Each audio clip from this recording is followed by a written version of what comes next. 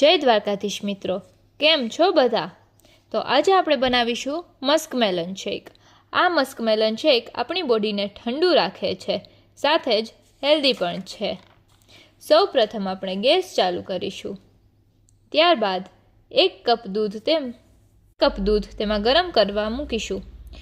દૂધ થોડું ગરમ થાય પછી તેમાં 1 સ્પૂન ખાંડ અને 1 ચમચી પલાળેલ કસ્ટર્ડ પાવડર ઉમેરીશું.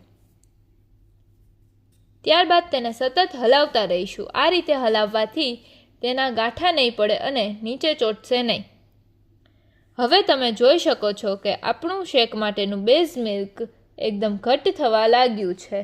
આ રીતે ઘટ્ટ થઈ જાય પછી તેને ગેસ પરથી ઉતારી ઠંડુ પાડવા મૂકી દઈશું. હવે એક સાકરટેટી લઈશું.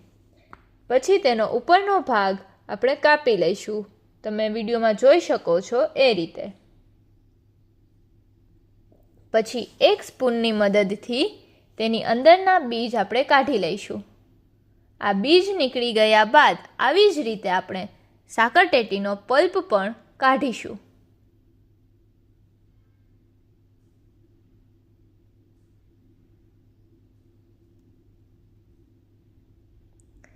તમે જોઈ શકો છો કે આપણે સ્પૂનથી પણ બહુ ઇઝીલી પલ્પ કાઢી શકીએ છીએ.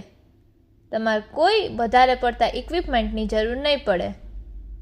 હવે એક મિક્સર જારમાં સાકરટેટીનો પલ્પ, તેની સાથે પલાળેલો ખજૂર, પલાળેલા કાજુ બદામ તેમજ આપણે તૈયાર કરેલું બેઝ મિલ્ક ઉમેરીશું. અહીંયા તમારે ચોક્કસતાથી એક વાત ધ્યાનમાં રાખવાની છે કે તમારું જે બેઝ મિલ્ક છે એ એકદમ નોર્મલ રૂમ ટેમ્પરેચરે હોવું જોઈએ. હવે આઈસ ક્યુબ ઉમેરી તેને આપણે બ્લેન્ડ કરીશું.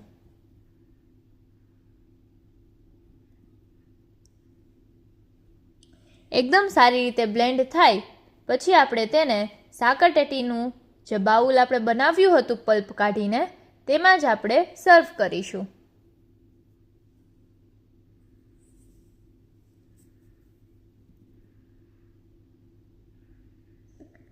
આ રીતે શેક નાખ્યા બાદ તેમાં આપણે સબ્જા સીડ્સ એટલે કે તકમરિયા, ત્યારબાદ તેમાં કાજુ બદામની કતરણ, પિસ્તાની કતરણ, થોડીક એવી તૂટી ફૂટી, તમે તૂટી ફૂટીની જગ્યાએ દાડમના દાણા પણ લઈ શકો છો અથવા તમે તમારા મનગમતા કોઈ પણ ફ્રૂટથી ગાર્નિશ કરી શકો છો.